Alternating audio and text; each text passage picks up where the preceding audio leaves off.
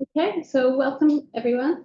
Before I introduce Xavier, I'd like to acknowledge the tradition of Aboriginal custodianship of the country on which the campuses of the University of Sydney stand. In this case, of those of us who are present in person, it's the land of the Gadigal people of the Eora Nation.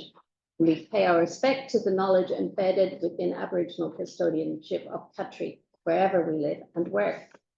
Now, today we're lucky to have with us Xavier Symons, who's a bioethicist and philosopher and currently director of the Plunkett Centre for Ethics at the ACU. Xavier's research encompasses aged care ethics, the philosophy of well-being, and conscientious objection in healthcare, about which he's recently published a well-received book. So I can hand over to you if you're ready to. Sounds great. Thanks very much, Jen. And great to be here today. I was just mentioning that I did my undergraduate and master's here at the University of Sydney, so it's always wonderful to come back. And today I'm going to talk about aging, later life, and offer a relational account of what meaning and agency look like, what they mean in later life, and talk about the importance of promoting and supporting agency in later life through relationships and social policy. This paper, I should add, is co-authored with Julian Savulescu. Julian kindly gave me extensive feedback on the paper at various stages, so very grateful for his support. I just wanted to acknowledge that. Just by way of an overview, I thought I'd just set the scene by talking a little bit about a text from Cicero on old age, which I think is just a nice historical motivation for this kind of a project. And then I'll look more specifically at what we're actually talking about when we use the term later life, look at how later life is defined in the sociology and gerontology literature. And then I'll move to this topic of a relational account of the agency in life. So just a little bit on this text that I used as the title for this presentation on old age. So basically Cicero published a whole bunch of essays, and he's probably most famous for De Officiis on duty, Roman statesman and orator and writer in the 1st century BCE. Cicero also wrote a lesser-known essay on aging and later life, and I thought that it's one of the few examples of a text from the history of philosophy where someone actually seriously deals with the topic of aging. So I mean, it's just worth mentioning in this context. And basically, the setting of the dialogue is Cicero talking through the figure of Cato, the senator, to two younger Romans, Scipio and Laelius. And basically, Scipio and Laelius are amazed at how virile Cato is, even though he's 83, and they're just lavishing him with praise. And he basically launches into this speech about how there are all these misconceptions about diminished functionality or diminished cognitive ability or strength or whatever in later life. And in fact, he disproves the prejudice, and he describes why all of these misconceptions are mistaken, and everyone is amazed at his skills of rhetoric and so on. But look, I think while you can read a dialogue like that and think, okay, this is a little bit naive, even if it's entertaining to read, I still think that there's something we can take from these kinds of texts. And I think what the key message is actually from this kind of a historical reflection on aging is that agency and meaning are actually really important in later life. And if you can be someone like Cato, still very active, engaged, and loving what you do in later life, and that seems to make a difference. So I wanted to delve a little bit deeper into that thought in this presentation. But first, to do that, I think it is really important to actually look at getting some conceptual clarity on this term later life, which I'm using pretty frequently already. And one thing I would say from the outset is that, I mean, we're getting of necessity when we start to talk about something like later life, we're getting into the area of life course or life cycle sociology. So we might say, just as an observation, general observation, that there are different periods of stages in the course of a typical human life, which have their own unique moral and existential significance. And there's a sense in which these stages are defined by a range of factors. So one might be tempted to define different life stages just in terms of biological categories like kind of age or someone's physical abilities. But in fact, we know that aging and different life stages are very, very much socially and culturally situated as well. And we need to consider what factors, social and cultural factors, inform the way we think about different life stages. So the terminology surrounding life stages and related concepts, I would say, is notoriously ambiguous and kind of like a bit porous. So categories like midlife blend into later life, and later life blends into the end of life. And I'm going to talk about why that's a problem in a second. But there is this common commitment to try and distinguish different stages in human life and identify unique characteristics, I think in part so that we can support well-being at these different life stages. And I think that's an admirable project. So just to talk a little bit about social variation in the threshold for older persons as a category. There is remarkable sociological variation in how societies conceive of what it means to be old. The United Nations variously defines older persons as those aged over 60 or 65, while some European Union authorities, I should say, fix the starting age for this category at 65. And I think as well, one very important policy index for thinking about what it means to have entered later life or older age is the retirement age or the pension age, and so you kind of get this range, I think, in different countries depending on how early you're eligible for a pension. So, but I think there's a sense in which as well we can talk about later life as a continuum. Maybe there is a threshold, but then also you get this continuum once people enter that stage. And indeed, that's how some gerontologists conceive of later life as like this spectrum. And you can kind of try and divide it up in different ways. But one thing I did want to say is that later life is certainly a distinct stage from the end of life. And I do think that this is an important observation to make because, I mean, just to give you a little bit of context on the category of end of life, it's defined by two sociologists in a widely cited article as a stage in which essentially there's a kind of like a sort of a rapidly advancing time horizon of one's life. There's a very, what would it be, increased presence of chronic and potentially terminal illness. You basically don't have long to live, and so that's a very distinct kind of period in one's life that these academics, these scholars are talking about, and clearly distinct from, say, for example, someone who's just turned 67 and just entered the category of later life. So, okay. And that's the point I wanted to make, is that later life can be a time of relative vitality, high meaningful personal, social, professional activity and engagement. And I think that the blurring of later life with the grim end of life discourse overlooks the fact, for example, that 1 in 5 Americans 65 or older are currently employed, still working, and many of them working full time.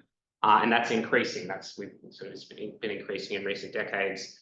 And then we might also speculate that the other 80%, many of those people in that other 80% will be vigorously engaged in post-retirement life projects like caring for grandchildren, volunteering in the community, or what have you. So look, what do I want to resist essentially by making a point about how later life can still be a period of like engagement and activity, like vigorous engagement and activity in life. What I want to resist is, for example, the ageist assumption that like living too long is also a loss, and that's, I think that view is very like polemically articulated in this article by Ezekiel Emanuel, which was published in 2014 in The Atlantic, where he basically said he hoped to die at 75. and I think in the article he also talks about possibly refusing like aggressive medical treatments beyond that age, just because he thinks that if you live too long, these kinds of things will happen to you. You'll kind of be in this like very rapid state of decline, and you'll be robbed of your creativity, ability to contribute. So I think this view is problematic. It's massively generalizing, and we want to resist that. I do probably a little bit more subtly, however, I want to resist another position, and that's a position articulated in Nancy Jecker's book, Ending Midlife Bias. So I don't know if anyone's read this book. It came out a few years ago, like a very good work of scholarship. There's a lot we can take from it, but I think that there's a problem with the way in which she defines old age in the book. And it's basically that she defines, on the one hand, in the first chapter, she defines old age as basically like older than 65, kind of, or give or take a few years. So you fall within the category of old age if you pass that threshold. And yet the way she talks about old age is as if you're talking about someone who basically like is, if not suffering from very serious chronic illness, is facing a very serious risk of chronic illness, someone who's potentially very frail. I think the first example she uses is of someone who's like an 85-year-old academic and who's, I think, losing cognitive function. And so I think there's a little bit of a missing stage in her way of framing the problem of midlife bias, or the way, the way of in which she tries to carve up life stages. That's what I'm trying to say. And in a way, what am I trying to do with this paper? Well, I'm trying to like focus on that missing stage and talk about how, whereas Jecker thinks like maybe the big like master value for later life is dignity, I want to say that in fact I think the master value should be things like agency and meaning. And we should make those really central in our social policies and just in the way we're thinking about how to promote well-being at this stage of life. Okay, so that brings us to the topic of agency and meaning in later life.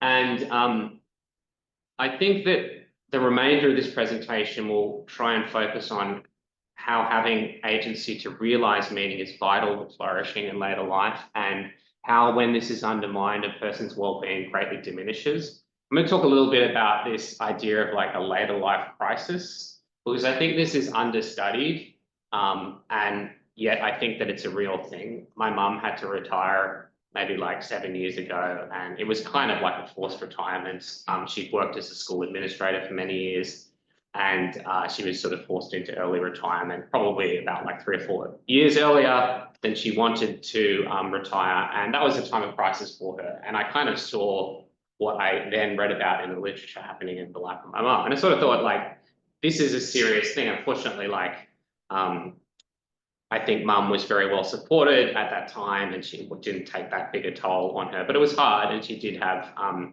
various other health challenges at the time. And essentially, I think that creating agency for people at that time in life to realize meaning, whatever that looks like for them, is really crucial. And as I said, should be supported. This process should be supported through relationships, but also social policy. So what am I talking about when I talk about meaning here? Just to give some sort of a definition and not to get too far into the weeds, I thought like Susan Wolf's book on meaning in life is a nice place to go for a definition of meaning and a nice kind of clear definition. And basically Susan Wolf argues that meaning refers to that which is objectively valuable, but also subjectively valued. And this is a quote which I think more or less captures her definition of meaning, that a person's life can be meaningful only if she cares fairly deeply about something or things, only if she's gripped, excited, interested, engaged, or if she loves something. Even a person who is so engaged, however, will not live a meaningful life if the objects or activities with which she is so occupied are worthless. So she gives this example of like a woman who is just really obsessed with her goldfish, and kind of that's like her life is like promoting the well-being of the goldfish. And on the one hand, if you had like a super subjective account of meaning, you could argue that like this person is just like totally engaged in caring for their goldfish and like making sure that it's just like loving life in the fishbowl. But in fact, like objectively, it seems like that's not necessarily the best way to spend one's time. It's not necessarily even like contributing massively to the well-being of this woman, yet alone the goldfish, yet alone the world. So maybe we should look for more objective features of the object of one's kind of engagement as well when we're defining meaning. So I think that's more or less a plausible argument, and that's kind of how I'm defining meaning here. What about agency? Well, I mean, just for the purposes of this argument, this paper, I'm thinking about agency in terms of the capability that one has based on internal and external factors to realize meaning in life. So the sense in which you can realize meaning by being kind of internally freed up to pursue the things that you're interested in, and then also externally supported to do that. So just to give an example related to later life, you might think of an older person who really values lifelong education, and they have agency to realize this as a source of meaning if they're still lucid, so cognitively they've still got the ability to pursue education, but also like if they have a university nearby with free courses for mature age students, or they can access courses online for free or subsidized by the government or something like that. Whereas someone who is suffering from cognitive decline or lives in an isolated location or cannot afford education, cannot access education, does not have agency to realize this potential source of meaning in life. So here's the kind of like concern I have, is that I think our agency to realize meaning is threatened in various unique ways in later life. So I think there's a sense in which this is true of life in general, that like our agency can be undermined in all sorts of ways, but there are certain unique pressures, unique challenges to agency in later life. And so what are those challenges? Well, I mean, health is one. So I think when you enter later life, you're at greater risk of developing various physical, psychological, mental health conditions. And I think that is a challenge to your agency as well. So, I mean, on the one hand, you can think of like fairly like extreme risks that you face. Maybe stroke risk might go up, or you might be at greater risk of having a cardiac arrest, or you might be at greater risk of developing cancer or whatever. But we can also think about like slightly less kind of extreme, but also still very like challenging health issues that people can experience in later life. So consider Lena. At 70, Lena pictured herself joining community choirs and volunteering, but early signs of hearing loss make group settings overwhelming. She smiles and nods through conversations, missing half of what's said. Embarrassed, she starts turning down invitations. Her days grow quieter, not by choice, but by retreat. She still craves connection, but the effort feels exhausting. That might be an example of someone who's experiencing hearing loss, and that just kind of, I mean, even though you could argue it's not as serious as some of those other health challenges I talked about, it's still fairly like impactful in terms of ability to like engage in community activities, even maintain friendships or what have you. But also, I mean, I think like it's a bit naive just to focus on health issues, and there's a whole range of social factors as well that can limit agency. We know that loneliness, that older members of the community are a group that's at greater risk of experiencing loneliness. We know that ageist bias can occur when older members of the community are trying to remain or re-enter the workforce or volunteer as well. We know that bereavement or sickness of a partner can cause significant psychological stress and emotional stress for older members of the community. Also things like relocation, having to move when you lived in the same house for 20, 30 years, relationship breakdown and other things. And that's why I think this category of a later life crisis, while I'm going out on a bit of a limb, there's not a huge literature on this, but there is some things that have been written about it. I think it's actually like a really fruitful way to understand what's going on here when people at this kind of later life stage, when they're towards the end of their career or what have you, experience a kind of real decrease in well-being, a real kind of hit to their mental health and other things. So I think that what can happen essentially is that a whole bunch of factors, if they all happen at the same time or around the same time, can combine to cause a sort of global loss of meaning in a person's life, crisis of identity, these sorts of things. Perhaps the most common feature of a later life crisis is a sense of purposelessness when retiring from full-time work. And there was a 2015 qualitative study that sought to explore later life crises by interviewing 21 older adults in the UK who said, described themselves as having experienced a recent life crisis episode.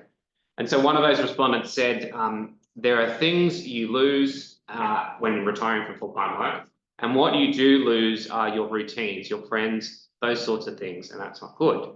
Another interviewee said that it was a strange time for me because I've always been busy, I've always had a project on the go, and now I was able to sort of sit back, go down to the allotment, enjoy doing a bit of weeding.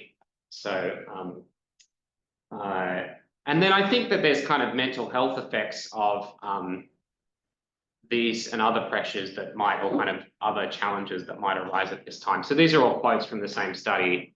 One respondent said that they got miserable, upset. They were waking up at 4 in the morning and felt totally got at.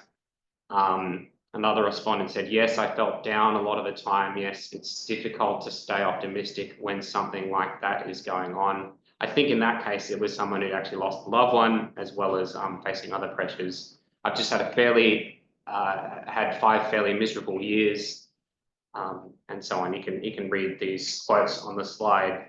And then there's also just a general worry or a general increased sense of one's own mortality that one can experience at this stage. And indeed, that's something that Cicero talks about on old age, and explores whether there might even be a positive side to that. But I think in this case, for this particular respondent in this study, it was more, what about your loved ones if you die? If you're caring for someone, what happens to them if I pass away? So that can be a significant source of stress. So, I mean, what's the kind of positive upshot? How do we try and I think, help older members of the community find and sustain meaning through increasing agency? Well, I would think that given what we've just described, we can say that meaning has a social dimension, a kind of social role is an important source of meaning. And that in fact, in communities, I suppose, provide older members of the community with both security and opportunities. So security so that the structures of their life are not radically threatened, or don't change too quickly, we might say, but also opportunities so that older people can actively grapple with challenges arising in their lives in such a way that they find new sources of meaning and engagement. So, I mean, when you have to retire, that there is an alternative suite of ways to be involved in the community that are available to you. Volunteering, community clubs, church groups, whatever it is. We mustn't ignore the role of family and friends. Security and opportunity plausibly are created, among other things, by family and friends, and one is typically more reliant on others in later life in that way.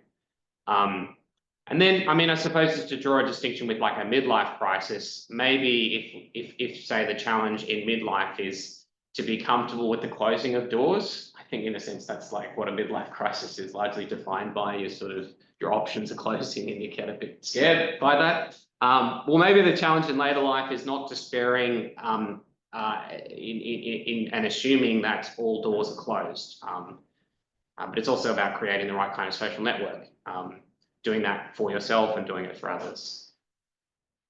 Okay, so just to kind of close here, so as we've argued, I think we need to resist impulses to allied later life with midlife on the one hand, and a state defined by chronic illness and significant functional impairment on the other. So I think these are the two ends of the bookend, the category of later life that I'm trying to talk about in this paper. And I think that we as philosophers or sociologists or people working in bioethics have a little bit of a responsibility to try and preserve this category, to not deny its existence. That's one thing we can do. And rather, I think as well, sorry, this slide is a little bit garbled, but I think what we have also seen from the paper so far that agency seems to come to the fore as a vital value to promote in later life. So rather than thinking about dignity in terms of it's about like preserving people's sense of self-worth. I think that's true, but also maybe more to the point, the best thing we can do to promote well-being in later life is to just give people options. That's my opinion, meaningful social options, and such that the kind of transitional stage that is later life ends up being as stress-free in a way, as least constraining as it can be. So look, I think that there's social policy implications for this. So I think agency when you're in later life concerns things like when and how one retires, secure and flexible housing arrangements for older members of the community. Insecure housing is a big problem for older people. We know that. Sufficient pension allowances, funding for clubs and societies and churches that have a sizable older membership are all important features of a decent society that enables the flourishing of its older members. I think policymakers should think about ways to give older people the opportunity to stay in the workforce or easily access volunteering opportunities. But also this idea of housing flexibility. I've looked a little bit, not much, but a little bit at the value of like intergenerational households. And the conclusion I came to is that like sometimes it's good for older people to live in intergenerational households. Sometimes it's not. But it seems that like regardless, having the option to do that or to live close to loved ones is an unqualified good, an unqualified sort of social good, and something that we probably should focus on, kind of giving people options, particularly when like in a way to stay close to friends and family, given how good community is for people. So in sum, a relational account of agency and meaning in later life ought to inform social policy. So in conclusion, I mean, to go back to Cicero, I mean, you can look at a text like On Old Age and think that someone like Cato is being a little bit like Pollyannish in his characterization of later life. But I do think that there's something good to be taken from the idea that having agency and being kind of like vitally engaged in life at that later stage really does make a huge difference and can address a lot of the problems that would otherwise, I think, be serious issues for people, like kind of in terms of greater risk of illness or disease or frailty or decreased functionality, risk of cognitive decline, these sorts of things. So I would like to, in that way, emphasize the idea that agency to create meaning is essential for flourishing in later life, and notwithstanding the importance of other values like dignity at even later stages, for this stage, we ought to focus on giving people meaningful options to live the kind of life they want to live. Thanks very much.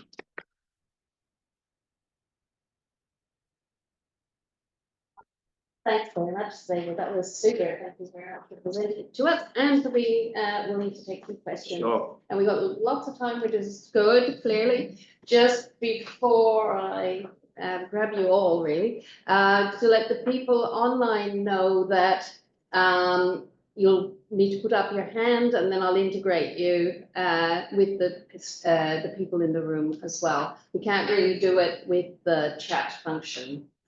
So we'll just keep an eye on you throughout. And may I ask Jack to stop sharing so the people's faces. Giant share. Okay, so Tamara, just let me grab the room first. Tamara, James. Okay. Yes, Xavier, you've said concentrated on the various problems of old age, but you may remember you've talked yourself before about the fact that happiness measures in old age tend to be higher than for younger ages. So there must be something being done right by the old people or someone else. What do you think of that?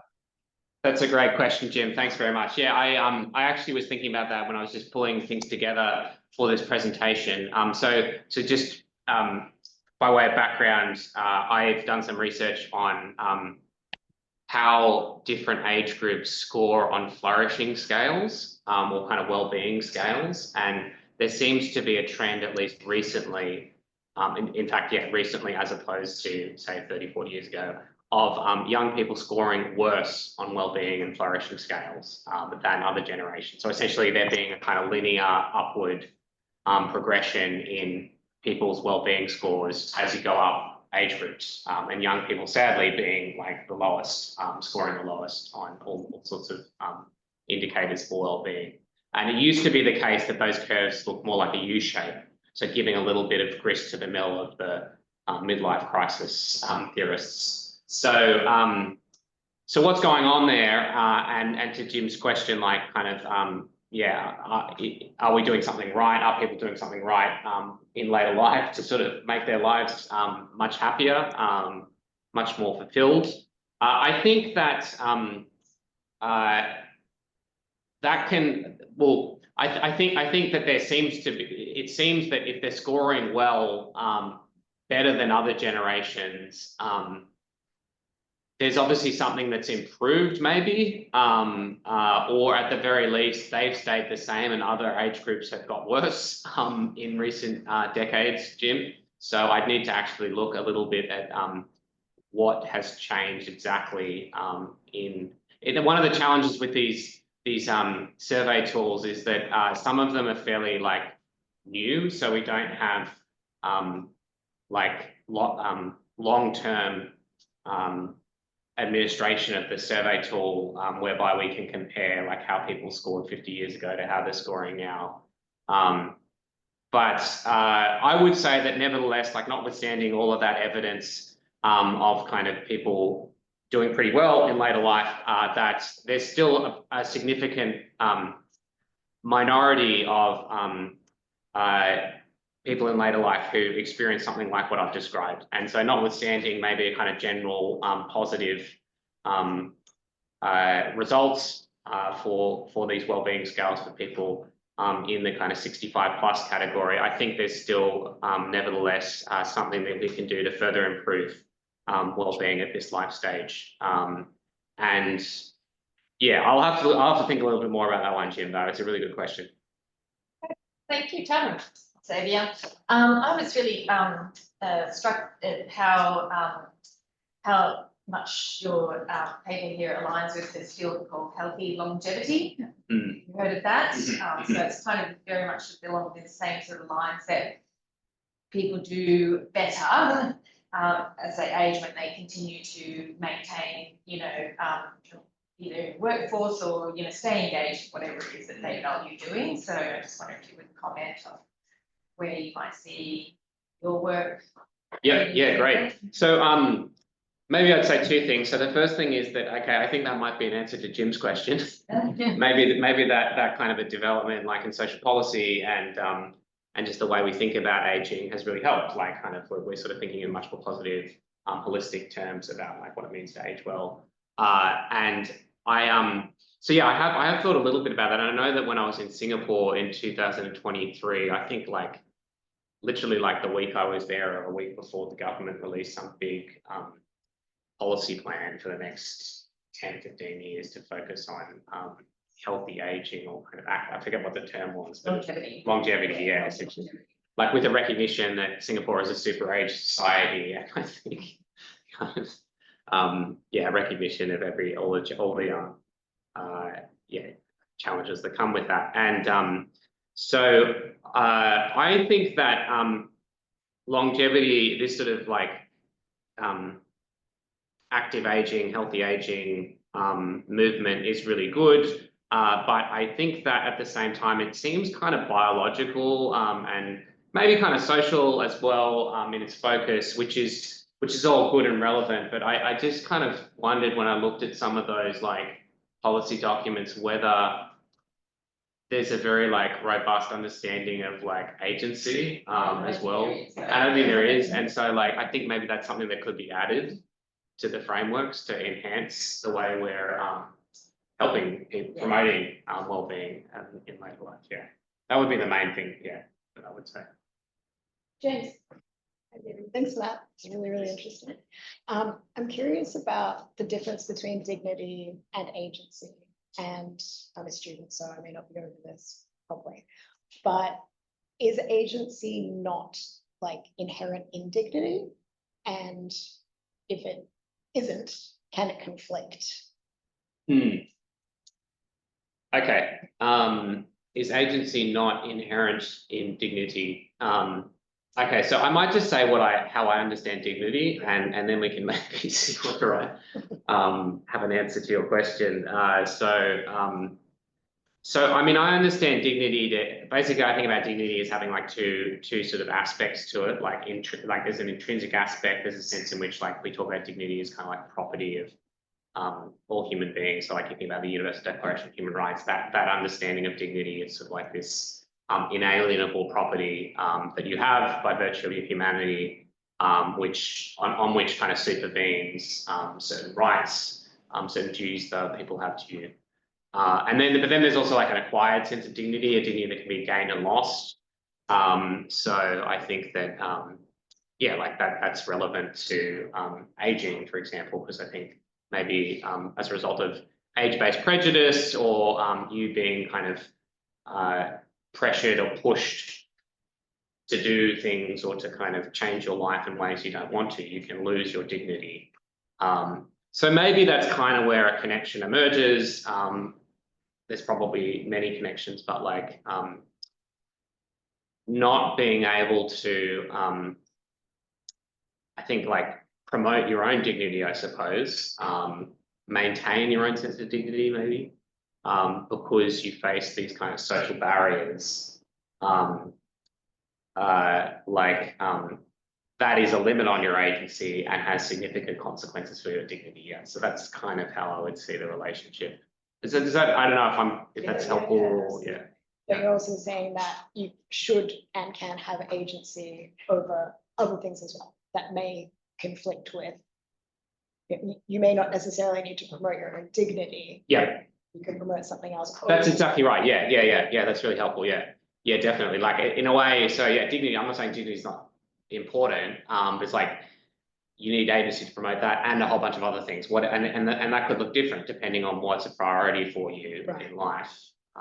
It may be that your like golf game is your priority. Right. I don't know. Fine, you can focus on that. But yeah. Thank you. No worries. Thanks. That was super helpful because I'm thinking along some of the lines that you pointed to as well. My question is about your reference to midlife bias by Nancy J. So I'm also critical of her work.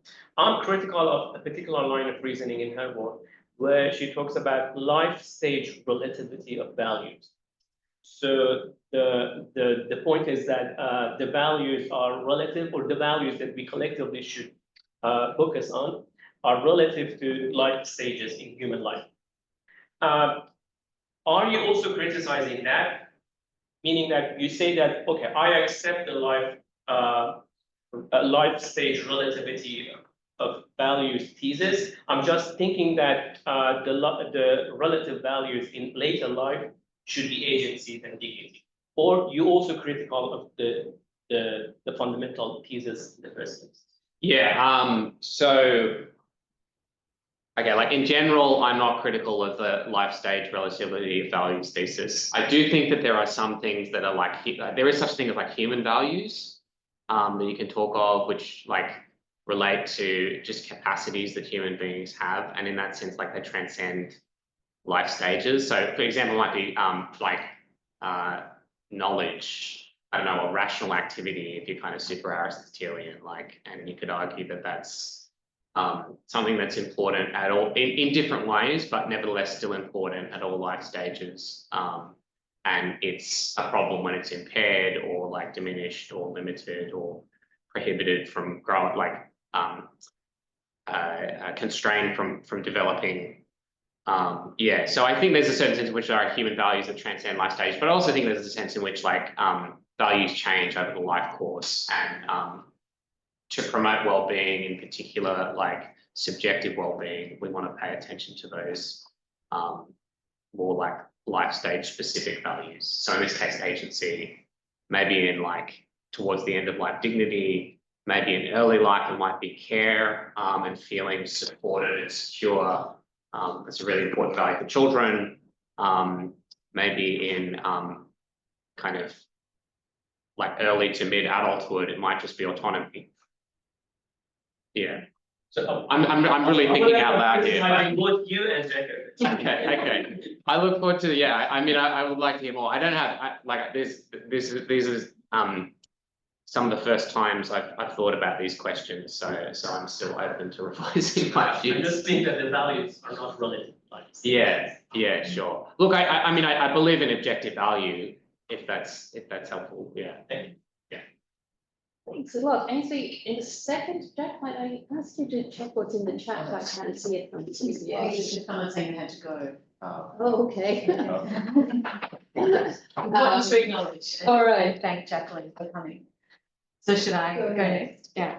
That was really great. Thank you. It's just conceptually really clear and really interesting.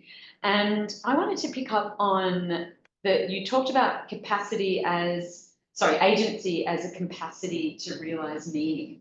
And so I just want to flesh out how you're thinking about capacity here a little bit more. Like, you know, we can think about it as something that's internal to people, but we can also think about it as something that requires external factors. And I think, like, is it one or the other? If it's both, is there one that's more highly weighted than the other?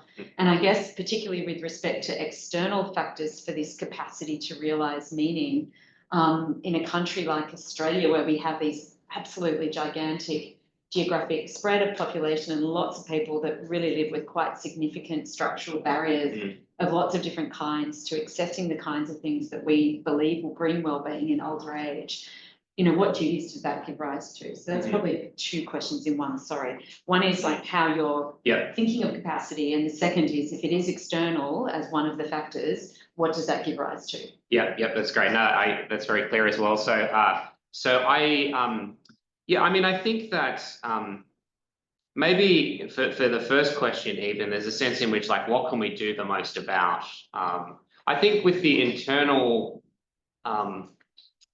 constraints on agency. So I mean, maybe you can think about like your ability just to your decision making capacity, kind of your emotional freedom to make considered decisions, your ability to exercise control over your own life, so you're not affected by things like addictions or I don't know, even just like kind of prejudices that you've internalized. So adaptive preferences might be a relevant topic to explore in terms of the internal constraints on agency, but it's also linked once again to external factors. And yeah, so as someone focused on social policy, I suppose, I'm kind of more focused on the external stuff that we can more easily move the needle on. And then, so to your question, like with Australia and the fact that, we're a very big country, like low population density for a lot of the country, and a lot of people can be like geographically isolated and face structural barriers to engaging in community in that way. Well, I think that's, I mean, there's a greater responsibility on policymakers to try to like develop kind of Australia-specific ways of addressing these challenges. So, I mean, it might like maybe in a certain sense, the first communities that we should be starting with when we think about these questions are like remote communities, remote and regional towns, people living outside of those towns, who, and thinking about how we can better support community organisations in those places.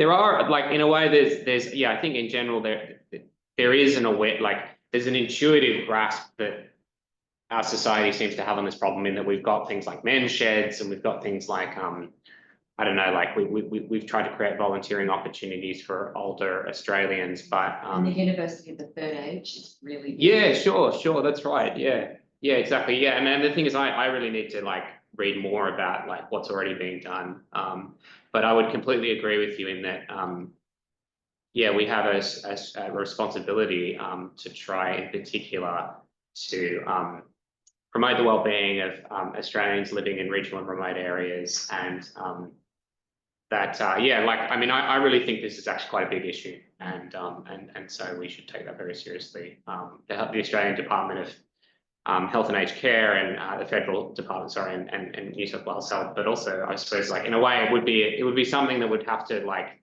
be a policy platform across departments, like, because it's not really something that's just about health. It's not about, like, it's not an aged care issue in a sense, and it's pre-aged care, or sort of straddling the boundaries of aged care and prior. And actually that dynamic aspect was something I wanted to pick up on too, particularly if we're thinking about the internal aspect of a capacity to realise meaning.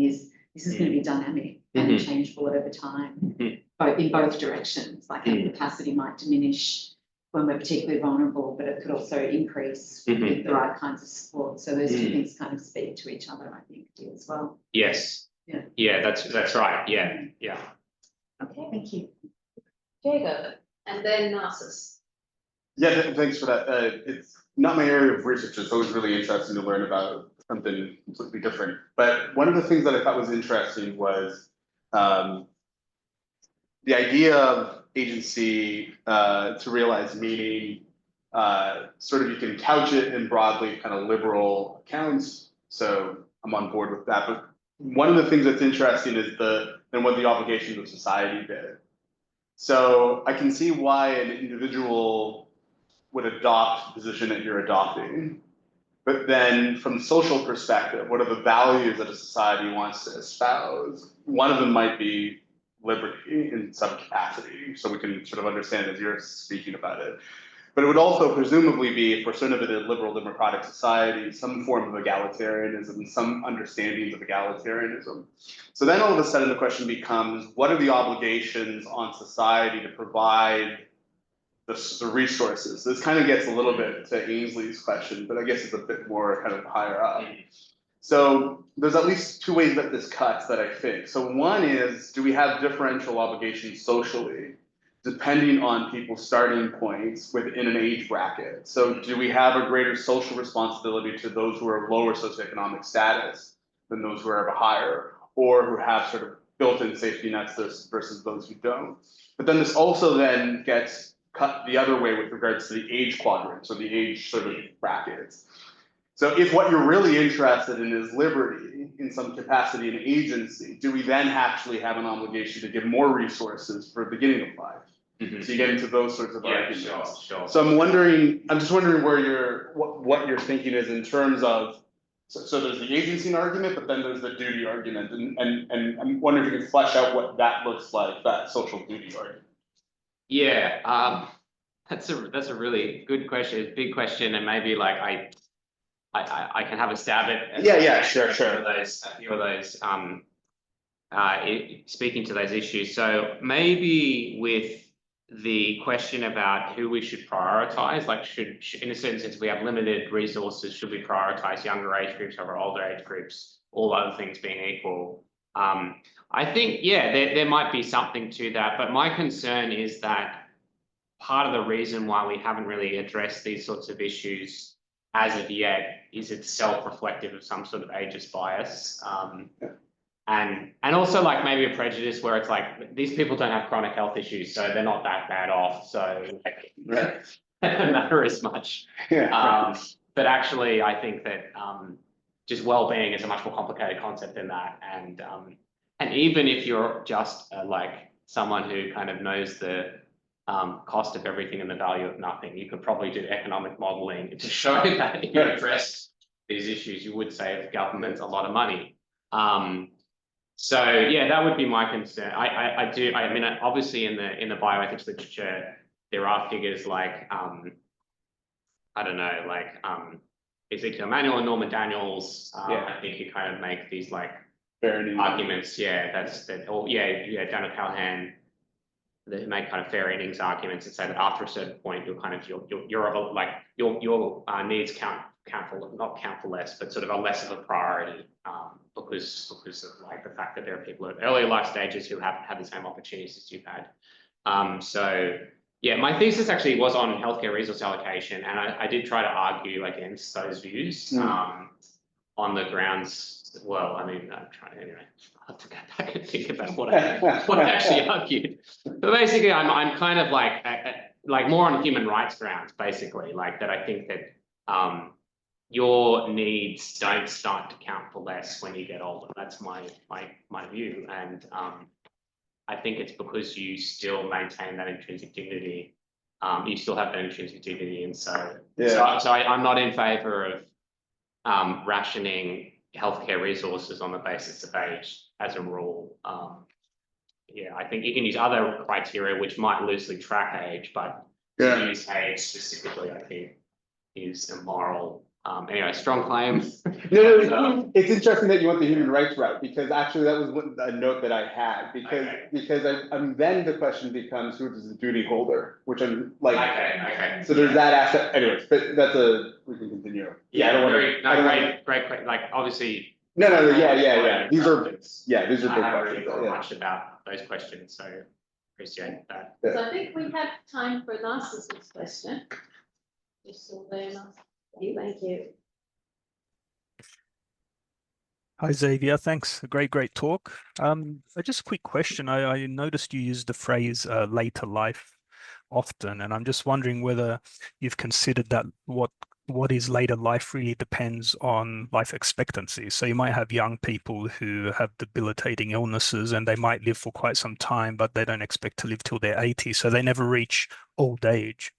And I, have some cases in mind, like for instance, a young lady with MS who was basically being sent to a nursing home by her doctor, and I assume that she would go through many of these same experiences that you've been discussing in your talks. I'm just wondering whether you've considered thinking of later life more generally.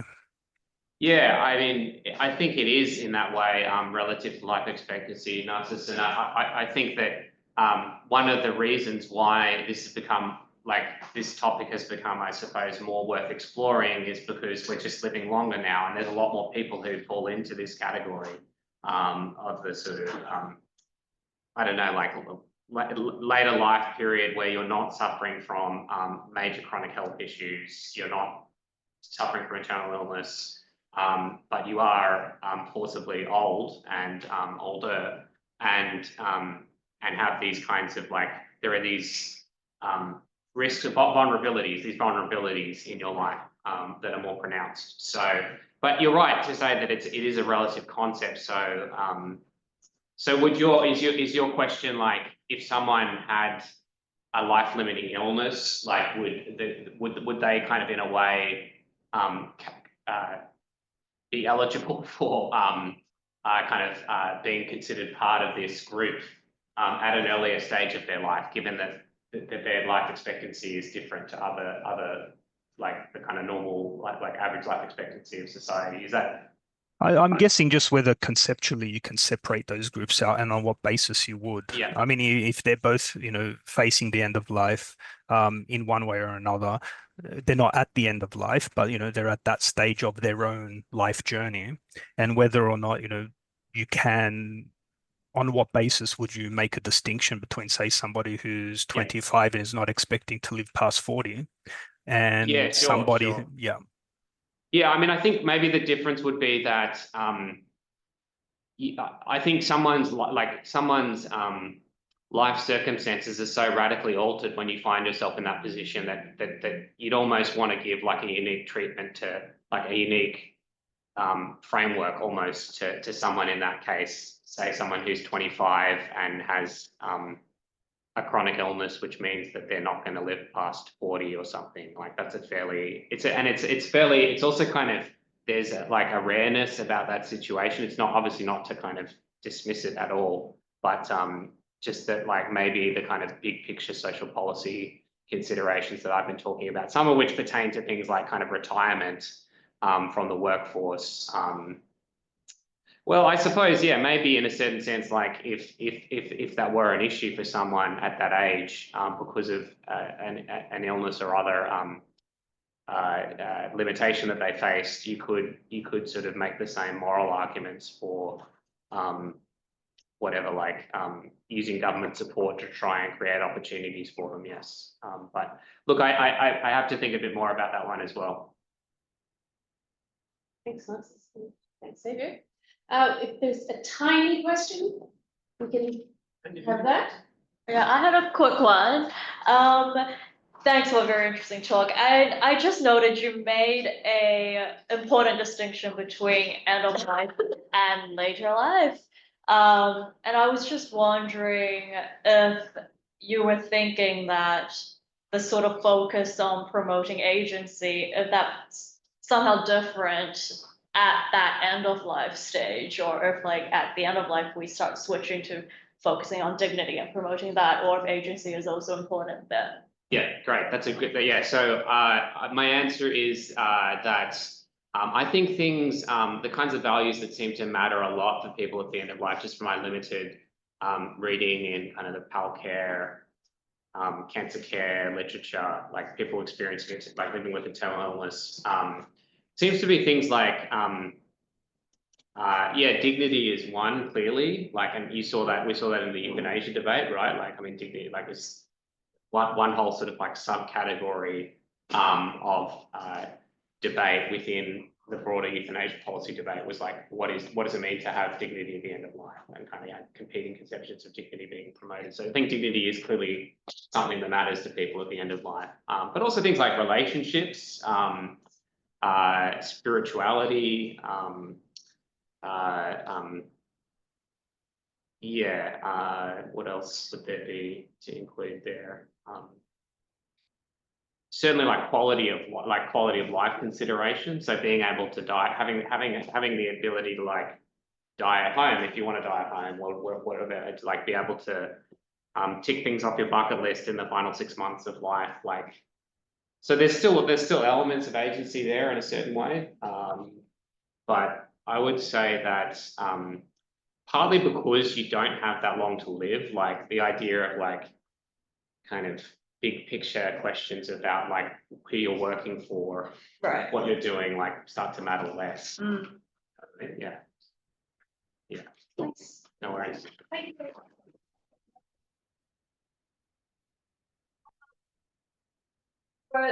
Thank you to everybody online as well. And see you next time.